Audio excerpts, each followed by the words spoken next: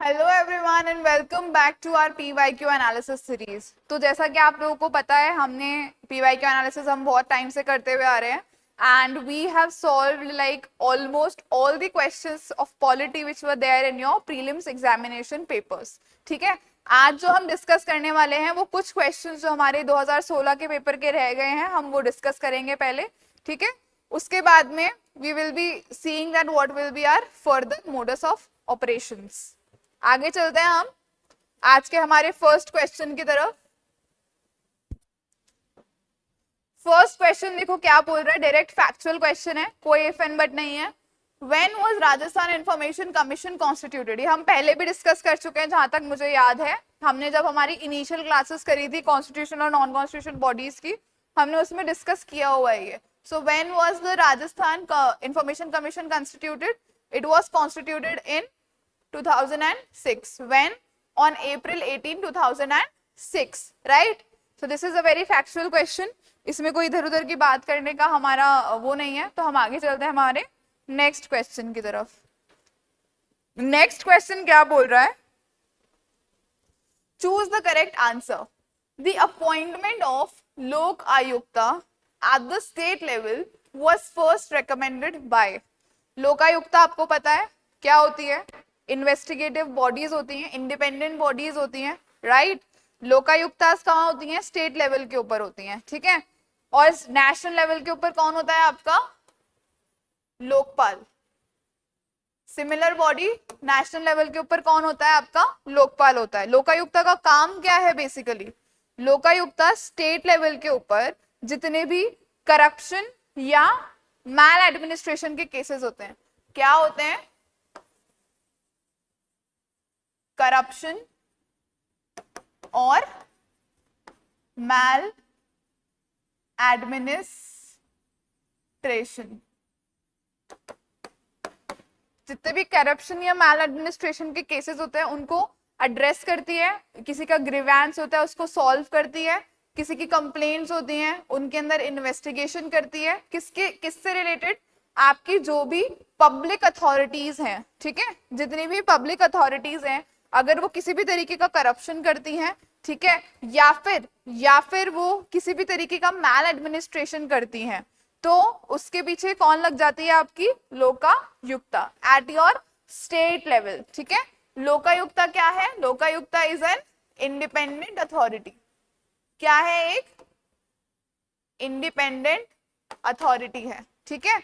अब क्वेश्चन क्या पूछ रहा है कि इस लोकायुक्ता को एस्टैब्लिश करने की रिकमेंडेशन कौन से कमीशन ने दी थी? ठीक है, तो it was recommended by your administrative reforms commission of India. ठीक है, जो आपकी administrative reforms commission of India I थी, या जो फर्स्ट एडमिनिस्ट्रेटिव रिफॉर्म्स कमीशन आई थी कब? 1966-70 के अंदर जो आपकी फर्स्ट एडमिनिस्ट्रेटिव रिफॉर्म्स कमीशन आया था इंडिया के अंदर, एस्टैब्लिश हुआ था, दैट कमीशन रिकमेंडेड कि हमारे जो स्टेट लेवल के ऊपर क्या होनी चाहिए? लोकायुक्ता होनी चाहिए, और नेशनल लेवल के ऊपर क्या होना चाहिए?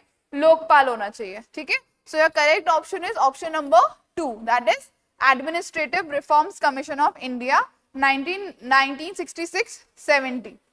All right, I hope you have understood that what the question was asking and what is the correct answer. आगे चलते हैं हमारे नेक्स्ट क्वेश्चन की तरफ। In the history of Rajasthan Legislative Assembly till 30th June 2016, how many times the confidence motion has been moved and discussed? क्या बोल रहा है ये? कॉन्फिडेंस मोशन की बात कर रहे हैं हम। क्या बात कर रहे हैं? Confidence motion. क्या होता है कॉन्फिडेंस मोशन? कॉन्फिडेंस मोशन कुछ नहीं होता, बस एक तरीके का फ्लोर टेस्ट हम कह सकते हैं होता है ये, जिसके अंदर अगर जो आपका स्पीकर है उसको लगता है कि जो सरकार है, सरकार के अंदर अब जो मेंबर्स हैं गवर्नमेंट के अंदर, जो ये मेंबर्स ऑफ लेजिस्लेटिव असेंबली, इनका कॉन्फिडेंस नहीं है, ठीक है, तो वहां पर एक कॉन्फिडेंस मोशन इंट्रोड्यूस किया जाता है ताकि उससे पता चले कि जो सरकार है उसके पास में जो रिक्वायर्ड मेजॉरिटी ऑफ पीपल है, जो रिक्वायर्ड मेजॉरिटी ऑफ एमएलएस है, वो है या नहीं है। ठीक है, just to check that majority, ठीक है, whether the government has that confidence or not, ठीक है, क्या किया जाता है, आपका कॉन्फिडेंस मोशन करा जाता है। ठीक है, तो कॉन्फिडेंस मोशन हमारा जो राजस्थान है उसके अंदर 4 बार हुआ है इन टोटल। ठीक है, 2016 तक का यहाँ पर पूछा है, लेकिन अभी तक मैं आपको बता दूं सिर्फ 4 ही बार हुआ है ये। सबसे पहली बार हुआ था आपका 1990 के अंदर। ठीक है, जब आपकी बीजेपी की सरकार थी। 1990 में भैरव सिंह शेखावत की सरकार थी, भैरव सिंह शेखावत, भैरव सिंह शेखावत की बीजेपी की सरकार थी, जब सबसे पहली बार कॉन्फिडेंस मोशन जो है वो हमारी असेंबली के अंदर इंट्रोड्यूस किया गया था। ठीक है, उसके बाद में एक कोलिशन सरकार बनी थी 1990 के अंदर ही। ठीक है, भैरव सिंह जी की सरकार जो थी उसी के साथ साथ एक और कोलिशन बनी थी ओम प्रकाश गुप्ता जी की। Bhairav Singh ji and Om Prakash Gupta, they both made what, they both made a coalition government. और उस टाइम के ऊपर 1990 के अंदर ही आपका दूसरी बार कॉन्फिडेंस मोशन जो है वो स्टेट असेंबली के अंदर इंट्रोड्यूस हुआ था। ठीक है, उसके बाद में फिर से भैरव सिंह के टाइम पे ही 1993 के अंदर आपका थर्ड टाइम कॉन्फिडेंस मोशन आया था। थर्ड टाइम आपका कॉन्फिडेंस मोशन कब आया था, 1993 के अंदर। किसकी सरकार थी, बीजेपी की सरकार थी, भैरव सिंह की सरकार थी। उसके बाद में 1993 के बाद में एक बहुत ही बड़ी लीप के बाद 2001 के अंदर, when it was the government of Ashok Gehlot, जब कांग्रेस की गवर्नमेंट थी हमारे राजस्थान में, अशोक गहलोत की गवर्नमेंट थी in your 2001, at that time confidence motion was held in our Rajasthan Legislative Assembly.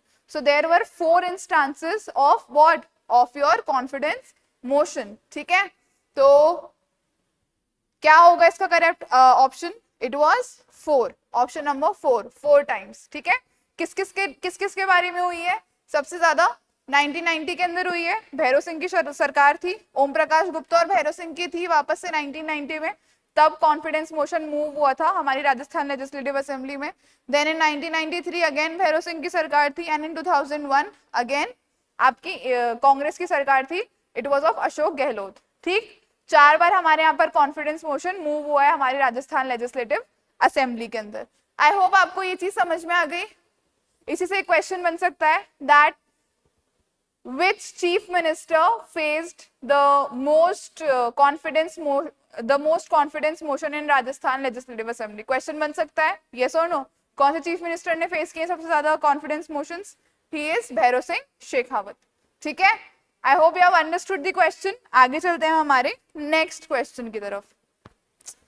Next question क्या बोल रहा है, नेक्स्ट क्वेश्चन बोल रहा है how many times elections have been held for Panchayati Raj institutions in Rajasthan till 2015। सिर्फ 2015 तक के लिए पूछ रहे हैं, क्यों, क्योंकि क्वेश्चन पेपर ही कब का है, ये क्वेश्चन पेपर कब का है आपके 2016 का, तो उस टाइम के ऊपर 10 हमारे जो हैं वो हो गए थे। फैक्चुअल क्वेश्चन है, फैक्ट्स आपको एनी हाउ लर्न करने ही पड़ेंगे। ठीक है, लर्न करने ही पड़ेंगे। सबसे पहला आप अगर जानना चाहते हो कि सबसे पहला हमारा जो इलेक्शन था पंचायती राज इंस्टीट्यूशंस का, वो कब हुआ, वो हुआ था आपका 1960 के अंदर। 1960 के अंदर जो हमारे पंचायती राज इंस्टीट्यूशंस थे उनको कॉन्स्टिट्यूशनल स्टेटस भी नहीं मिला था, वो 1973 के अंदर जाके मिला था।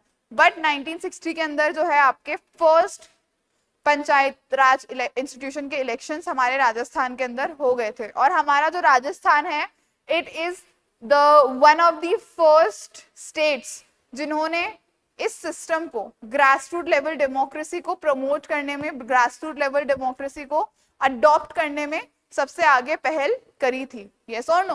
Rajasthan is known for this system, right? आगे चलते हैं हमारे नेक्स्ट क्वेश्चन की तरफ। Alright, so our next question is, consider the following statements regarding Bhamashah योजना। भामाशाह योजना के बारे में आप सब लोगों को पता है, अब तो काफी ज्यादा टाइम हो गया इसको हमारे राजस्थान में आए हुए। तो what the question was asking, with the consent of the family, any woman of the family who has attained the age of 21 years may be declared as the head of the family। क्या बोल रहा है ये कि उस परिवार की कोई भी औरत जिसने 21 साल की उम्र को अटेन कर लिया है या उससे बड़ी भी है, तो वो क्या बन सकती है, she can become the head of the family with the consent of the family. Family का कंसेंट जरूरी है इसके अंदर, उसके कंसेंट के साथ में अगर कोई भी वुमन है उस फैमिली में जो 21 साल की या 21 साल से ऊपर की है, तो वो क्या बन सकती है? She can be called as the head of the family. So this statement is absolutely correct. ठीक है, सेकेंड स्टेटमेंट पढ़ते हैं. First verification of Bhamashah enrolment is done by the sarpanch of the concerned Gram Panchayat. अब ये जो पूरा एनरोलमेंट वाला चीज है, ठीक है, this is given to certain agencies. Okay, this is given to certain agencies. और फिर ये एजेंसीज जो हैं they make a database of the complete information. जो भी एनरोलमेंट्स होते हैं उसका क्या बनता है? प्रॉपर एक डेटा बेस बनता है. ठीक है, that is your Bhamashah resident data hub. ठीक है, क्या है वो? भामाशाह रेजिडेंट डेटा हब करके पूरा एक डेटाबेस बनता है. जो भी इंफॉर्मेशन ये एजेंसीज जो हैं वो कलेक्ट करती हैं आपके गांव से. इसके अंदर सरपंच का कहीं पर कोई काम नहीं है. Okay, the sarpanch has no role in it. Why? Because all of this work related to your bhamashah is digitized. और जो भी agencies हैं, ठीक है, the agencies who are there, the operators who are given this work, they only do perform this particular work. ठीक है, इसके अंदर सरपंच का कोई भी रोल मेजरली नहीं है. So this statement becomes what? This statement becomes wrong. So your correct option will be only one is correct. First जो आपका ऑप्शन है only one is करेक्ट. ठीक है, I hope you have understood. आगे चलते हैं हमारे नेक्स्ट क्वेश्चन की तरफ. नेक्स्ट क्वेश्चन क्या बोल रहा है? नेक्स्ट क्वेश्चन बोल रहा है which one of the following statements is true about Anuprati योजना. अनुप्रति कोचिंग योजना के बारे में सब लोग अवेयर हैं. It is still going on, right?